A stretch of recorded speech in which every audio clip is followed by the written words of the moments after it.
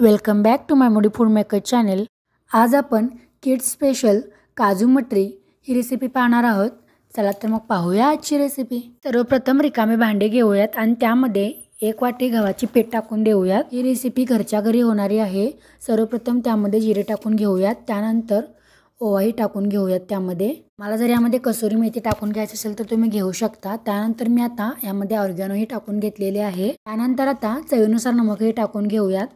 मला जर यामध्ये साखर टाकायची असेल तर टाकू शकता। आता यामध्ये 3 चमचे इतके तूप टाकून घेऊयात। तुम्हाला जर यामध्ये डालडा टाकायचे असेल तर तुम्ही टाकू शकता किंवा 2 चमचे भर इतके तेल टाकू शकता। तुम्हाला जर या मटरीला जास्तच खस्ता बनवायचा असेल तर यामध्ये तुम्ही खायचा सोडा किंवा बेकिंग सोडा टाकू शकता। आता याला छान असं मिक्सअप करून घेऊयात। मिक्सअप झाल्यानंतर आता थोडंसं पाणी टाकायचे आहे आणि परत एकदा याला छान असं मळून घ्यायचे आहे। तुम्ही कधी खारी बिस्किटे खाल्ला आहात का?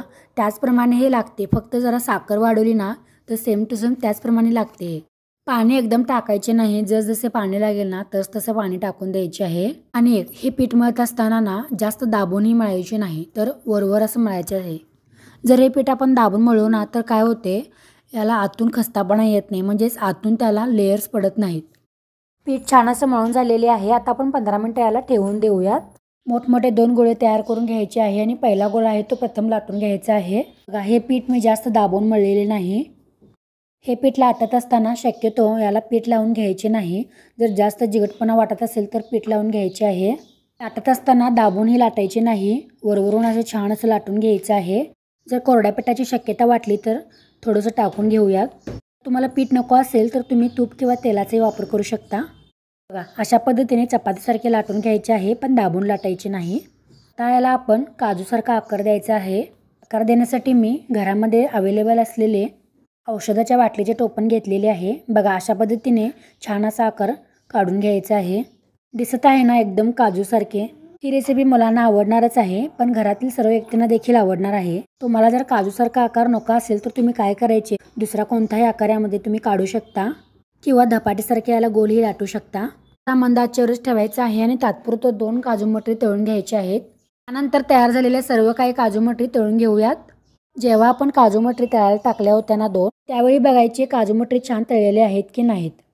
जर ते फुटत असतील तर समजायची की खायचा सोडा किंवा तेल जास्त झालेले आहे। काजू मटरी मोडत असतील तर काय करायचे, त्यामध्ये एक्स्ट्रा गव्हाचे पीठ टाकून परत त्याला मळून घ्यायचे आहे। काजू मटरी तळत असताना झाऱ्याचा वापर अजिबात करायचे नाही। कढईत अशा पद्धतीने हलवून घ्यायची आहे।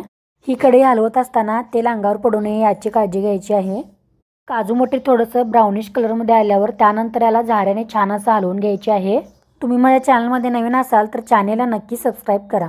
तुम्हाला माझे व्हिडिओ आवडत असतील तर नक्कीच लाईक करा आणि कमेंट करायला विसरू नका। आपणाला जसा कलर हवा आहे ना तशाच पद्धतीचा कलर काजू मटरीला आलेला आहे। आता आपण हे काढून घ्यायचे आहे। तयार झालेली आहे एकदम परफेक्ट आणि क्रिस्पी किड्स स्पेशल काजू मटरी। अशीच युनिक रेसिपी घेऊन भेटूया।